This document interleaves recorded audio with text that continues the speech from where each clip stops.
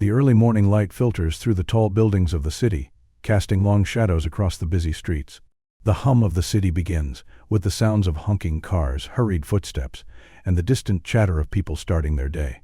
Street vendors set up their small stands, and the sidewalks are filled with a mixture of busy professionals, students, and commuters.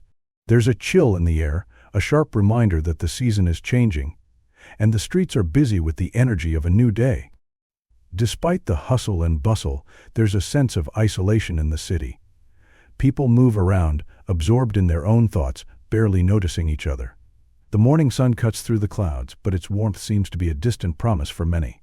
Some people smile at the passerby, while others keep their heads down, eager to reach their destinations. On a quiet corner near the busy street, sitting by the entrance of a small, half-closed store, is a man in his late 40s.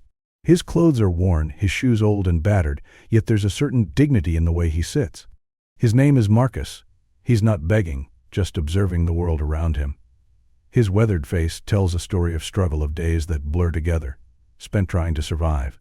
Yet, his eyes are not filled with bitterness. He watches as people rush by, some glancing at him but quickly turning away, too busy to acknowledge his existence. Marcus has learned to ignore the looks, the whispers, and the silence that follows him wherever he goes. People don't see him. To them, he's invisible. He doesn't beg or ask for help, though there are times when his stomach growls painfully. He's used to living with nothing, but that hasn't changed his core nature. Despite his circumstances, Marcus always greets other homeless individuals with a smile, offering them whatever little food he has. His actions are small, but they are a reflection of the kindness that still remains in him, despite the world's indifference. Today he's busy cleaning the small area around him. His hands are rough, but there's a tenderness in how he arranges the empty bottles and bits of trash. The wind blows a few crumpled pieces of paper toward him, and he picks them up without hesitation. Marcus doesn't complain about his situation. He's learned to accept life as it is, but a part of him longs for something more, a sense of belonging, a purpose beyond just surviving. A few feet away, a young girl skips along the sidewalk, her laughter ringing through the air like music. She's around 6 years old, with bright eyes and curly hair that bounces with every step. Her name is Lily. She's dressed in a colorful jacket and a pair of boots that seem too big for her. She's excited about the day ahead, skipping and twirling as her father walks beside her, holding her hand tightly. Lily is full of energy, constantly looking around her with wonder and curiosity. She notices everything: the red bus passing by, the street artist painting a mural, a dog running through the park.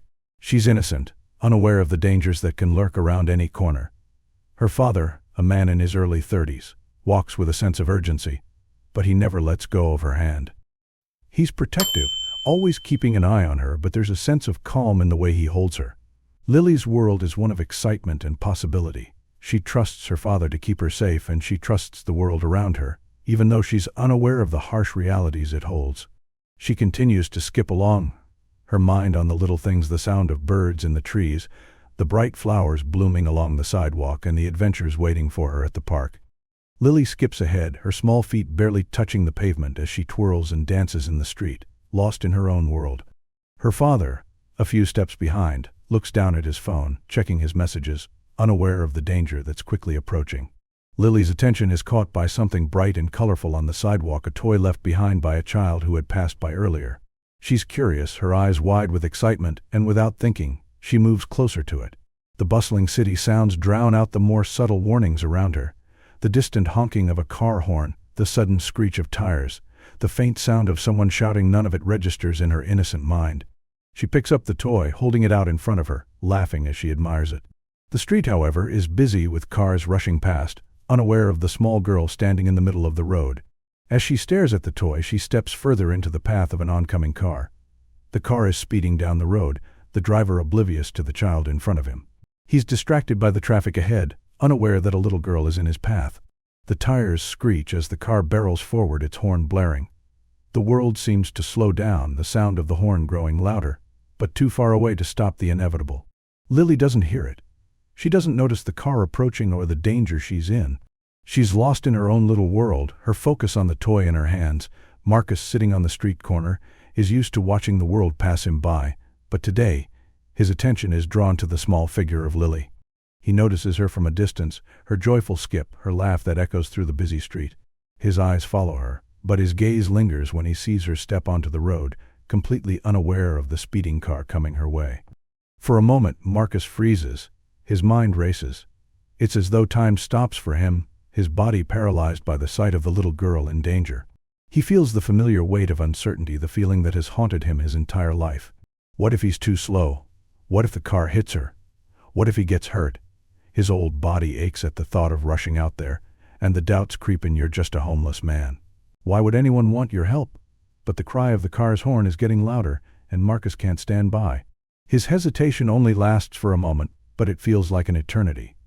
His heart races in his chest, his feet feeling as though they're stuck in place.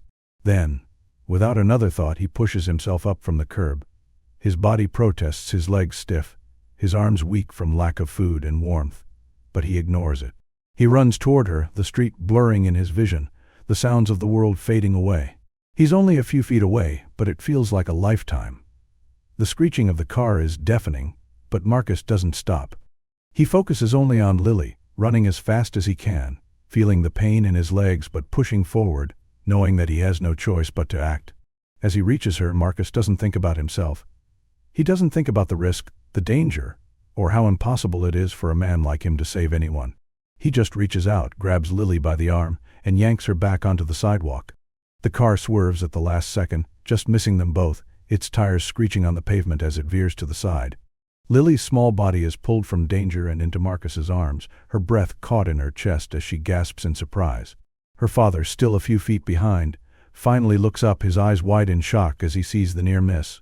He starts to run toward them, but Marcus is already pulling the girl back from the edge of the street, gently placing her back on the curb. For a brief moment, Marcus's heart is still racing. He watches as the car speeds away, the danger averted. His hands tremble, his breath coming in shallow gasps. He stares at Lily, who is now standing in front of him, her wide eyes filled with confusion and wonder. She doesn't understand what just happened. She doesn't know how close she came to disaster. But Marcus knows. He feels the weight of what just happened, the danger, the choice, the split-second decision that saved her life. But there's also a voice inside his head, one that questions his worth. Who am I to be a hero? Why did I act? He's just a homeless man, with nothing to offer. People don't notice him, don't care about him. Yet, he made the choice to save this little girl, and for the first time in a long while, he feels like maybe, just maybe, he did something that mattered. The sound of the car's tires screeching fades away, but the ringing in the air remains, sharp and persistent in Marcus's ears. He breathes heavily, trying to calm his racing heart, his hands still gripping Lily's small arm. The little girl is frozen in place, her wide eyes blinking up at him in confusion. He glances around, still catching his breath, as the world around them starts to return to its usual pace. Then, he hears the panicked shout of a man's voice calling, "Lily! Lily!" Marcus looks up and sees a man sprinting toward them. His face is filled with fear, eyes wide, and his steps are hurried as he pushes through the crowd. He doesn't even seem to notice the people around him. He's locked on to one thing, and one thing only. The girl. His daughter, Lily. The father yells again, his voice trembling. Lily's eyes snap to her father and she starts to run toward him. But Marcus gently holds her back. The man is almost there now, and Marcus can see the father's face twist with panic as he sees his daughter standing safely, but with a stranger, a homeless man, holding her. "Is she okay?" the father asks, his voice shaky with raw emotion. Marcus nods, his hand dropping from Lily's arm. "She's safe," he mutters quietly, still catching his breath. "She's all right." Lily runs into her father's arms, who lifts her up, his relief palpable as he hugs her tightly. His eyes are wide with disbelief, as if he can't fully process the gravity of what just happened. "Lily, what happened?" the father asks, pulling back just enough to look into her face. She stares up at him, blinking a few times as she tries to understand the words. "I was looking at the toy, and the car was coming, and then this man pulled me." The father's gaze shifts to Marcus. His confusion is apparent now as he looks from his daughter to the man who had saved her. His mind races and he feels an uncomfortable mixture of gratitude and unease. He can't help but feel that something is wrong.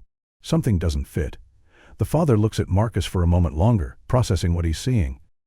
His instinct is to thank him, to express his gratitude for saving his daughter's life, but there's a hesitation in his steps. He feels torn. This homeless man just saved my daughter. He's a hero in this moment. But he's homeless. The father shakes off the feeling, his emotions overwhelming his judgment, and steps forward. He extends his hand to Marcus. "Thank you," the father says, his voice filled with gratitude but also confusion. You saved her. I don't know what would have happened if you hadn't been here." Marcus glances down at the father's hand, then back at him. He's not used to this being thanked. He's not used to being seen. His heart swells with something unfamiliar, but his pride holds him back. He feels the old shame creeping in, the sense of not being worthy. He steps back slightly, shaking his head. "It's nothing," Marcus says, his voice quieter than before. "Just glad she's all right." The father's brow furrows, his confusion deepening. He's not sure if Marcus is being modest or if there's something else. His gratitude is still there, but now he's also aware of how the homeless man is acting, almost like he's avoiding the thanks. The father presses further. "Please, I don't have much, but I'd like to give you something." He hesitates, unsure of how to offer help. "Money, food, anything you need. You saved my little girl. I owe you." Marcus steps back even further, his gaze turning to the ground. "No," he says firmly, a little more forcefully than he intends. "I don't need anything." The father feels a pang of guilt, but it's mixed with his own discomfort. He doesn't want my help, even after what he did for me. The father's instinct is to give something back, but Marcus won't accept. "I just want her safe," Marcus adds quietly, his eyes avoiding the father's. For a moment, the father stands there, unsure what to say or do. He feels awkward, like his offer is somehow an insult. He's grateful, but he can't understand why the man refuses to accept help.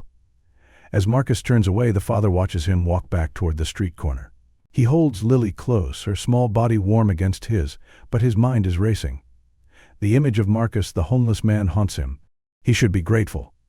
He should be thanking this man, offering him something in return, but instead, he feels uneasy. The father looks down at his daughter. She's safe. That's all that matters. But then why does he feel this discomfort?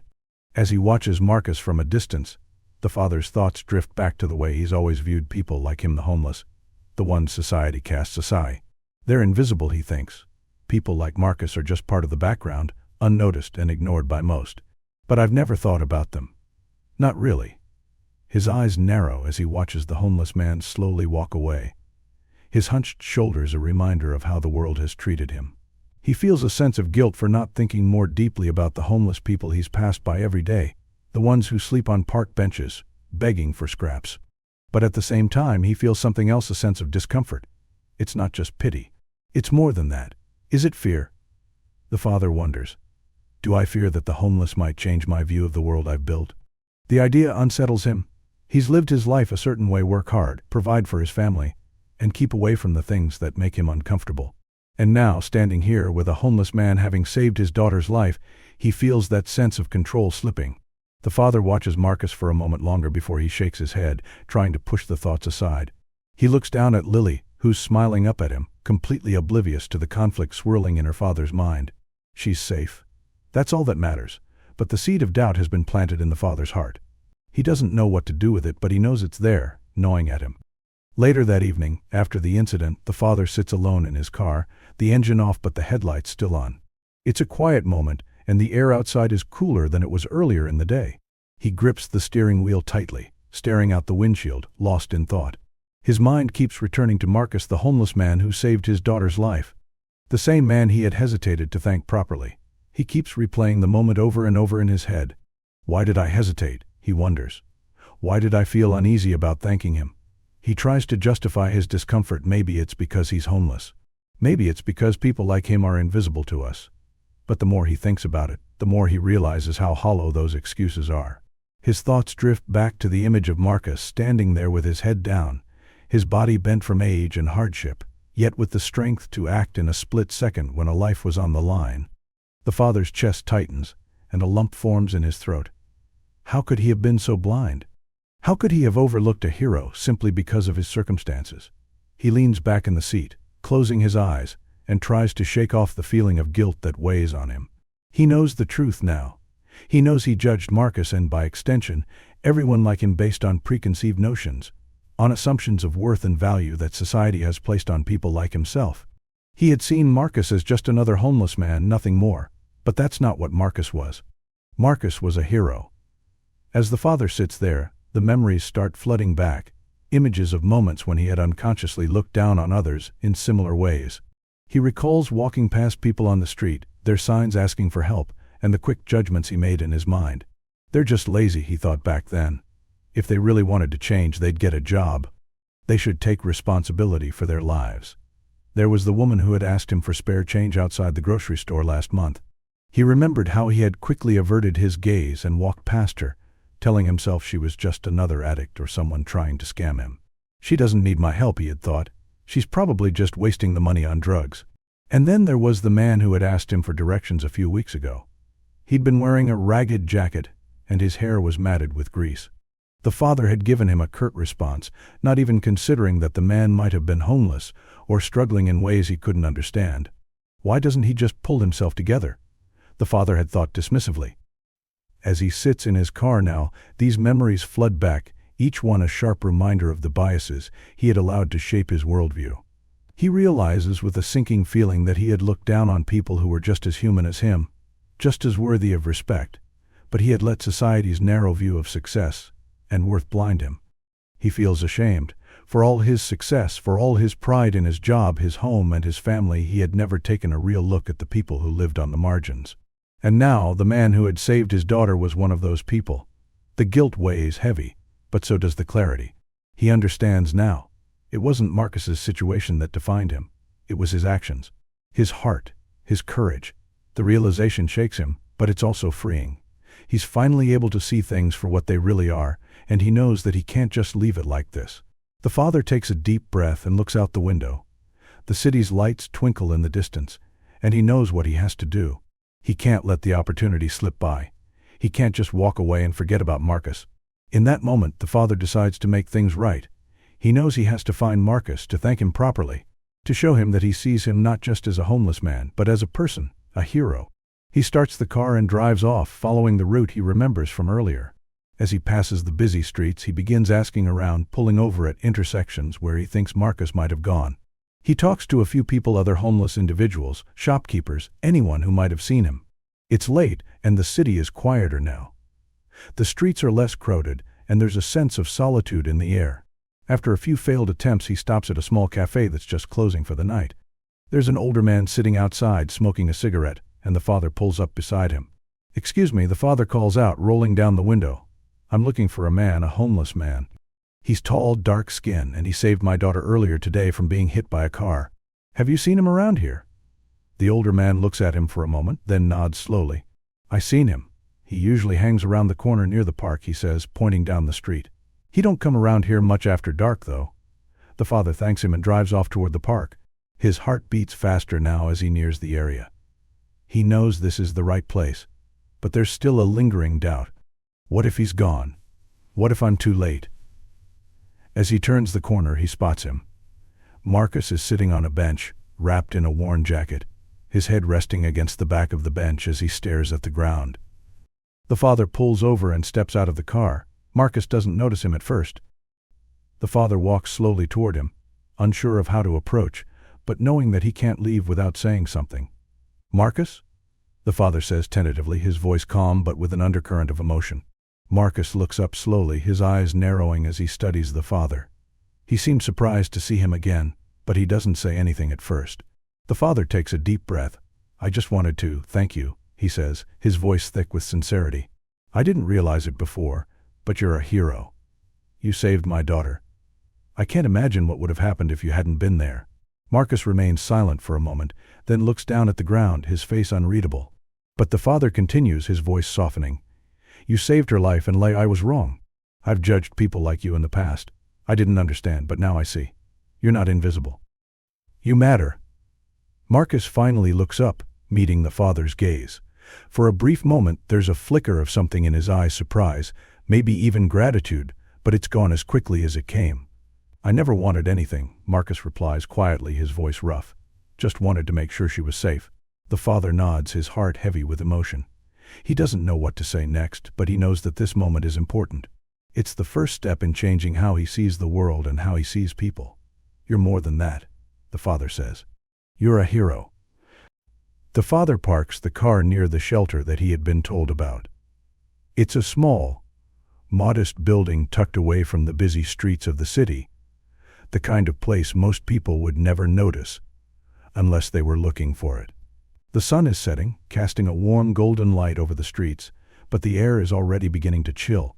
Marcus is sitting on the steps of the shelter, his back hunched as he watches people walk by, eyes distant. He looks tired, worn down by life and the years of struggle. But there's something different about him today. Maybe it's the hope in his eyes, a flicker of something he hasn't felt in a long time. Or maybe it's the quiet strength that radiates from him despite the burden he carries. The father steps out of the car and walks toward him, his heart pounding with nervous anticipation. He feels a mixture of emotions: gratitude, guilt, and something else that he can't quite name.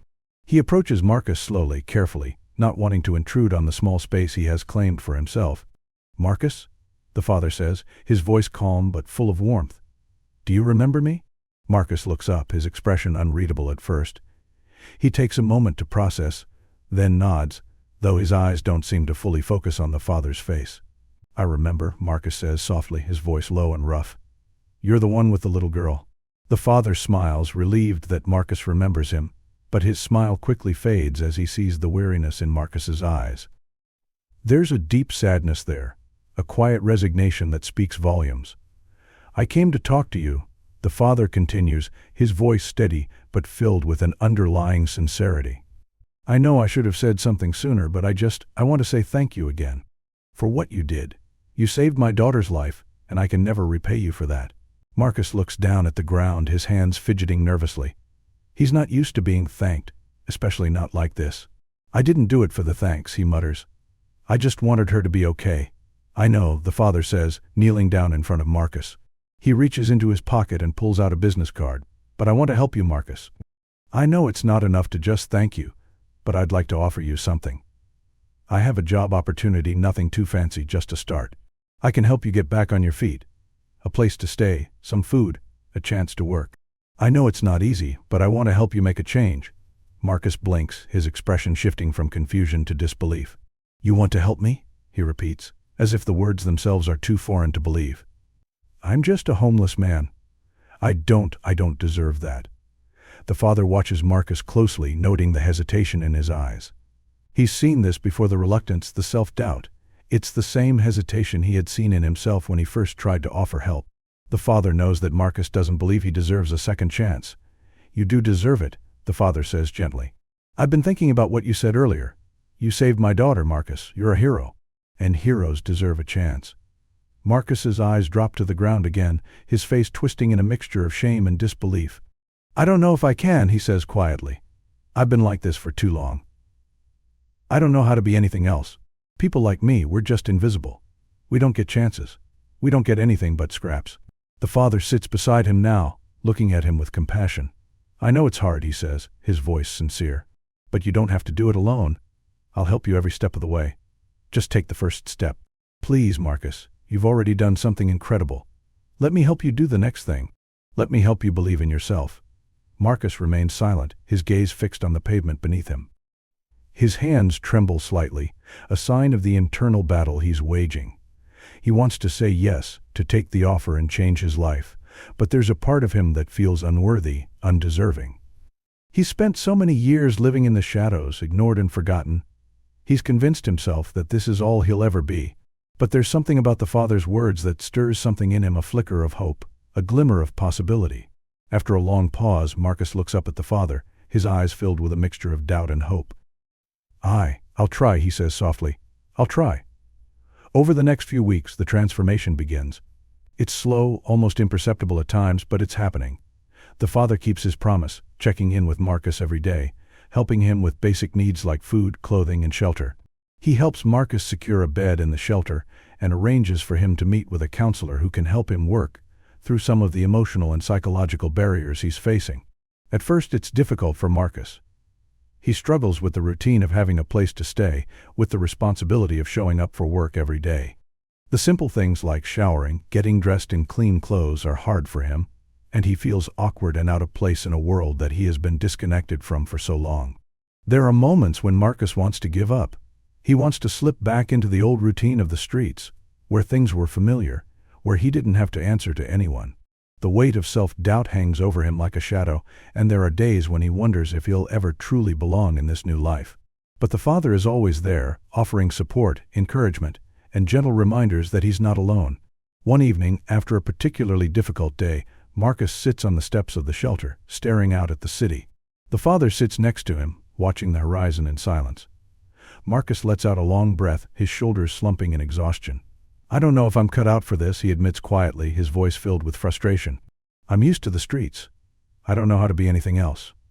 Maybe I'm just fooling myself." The father places a hand on his shoulder. "You're not fooling yourself, Marcus. You've already done more than most people. You saved a life. You're capable of so much more than you think." Marcus looks up at him, his face etched with uncertainty, but there's a flicker of something else there too, determination. "I want to believe that," he says. "I really do." And in that moment the father knows that the change is real.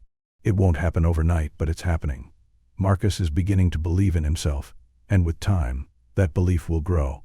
The father's heart swells with pride as he watches Marcus. He knows that this is just the beginning. There will be challenges ahead, but for the first time in a long time, Marcus is facing them head-on. Months pass and Marcus's life continues to change. The small victories, the tiny steps forward, add up over time. He now works at a local convenience store, stocking shelves and helping customers. It's not a glamorous job, but it's a start, and Marcus is grateful. The first paycheck he receives feels like a huge accomplishment, a tangible sign that he is capable of standing on his own again. One afternoon, Marcus is at the store when the father and little girl walk in. They spot him from across the aisles, and Marcus's face lights up when he sees them. He walks over with a genuine smile, no longer ashamed of who he is or where he came from. The little girl runs up to him and gives him a big hug, her arms wrapping around him like they've known him forever. It's a simple moment, but it means the world to Marcus. "How's everything going?"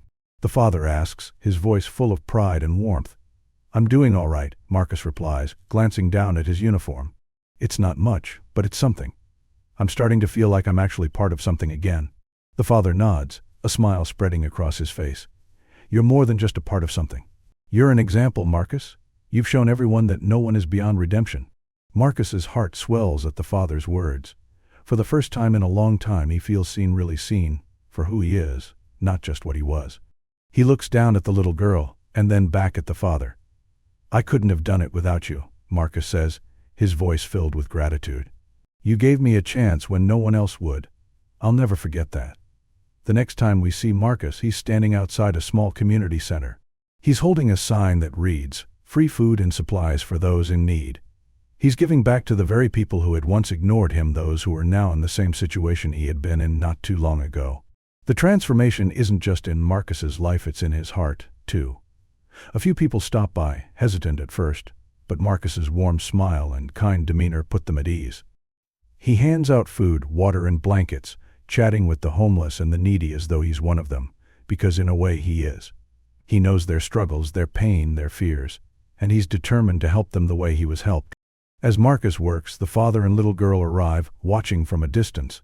They stand together, proud of the man he's become, and as the little girl waves at him, Marcus looks up and meets their gaze. Their eyes lock and a moment of pure understanding passes between them. Marcus's journey has come full circle. He's no longer the man who was once invisible, the one ignored by society. He's now someone who sees others, who gives back, and who understands the true meaning of kindness and second chances. The camera zooms in on Marcus, his face illuminated by the setting sun. He looks out over the people he's helping, a quiet smile on his face. The voiceover begins, slow and reflective, tying together the lessons of the story. Sometimes we're quick to judge others based on what we see. We forget that every person has a story, a past, and a future. We forget that everyone deserves a second chance. We forget that kindness is the bridge that connects us all. Marcus showed us that, and so did the father who saw beyond the surface. In the end, it's not about where we come from, it's about where we choose to go. The camera pans out, showing Marcus working with the community, the little girl laughing as she hands out supplies alongside him. The father watches, proud, his heart full. And the final shot is of Marcus, standing tall, a man reborn not just by circumstances, but by his own strength, the kindness of others, and the chance to be seen for who he truly is.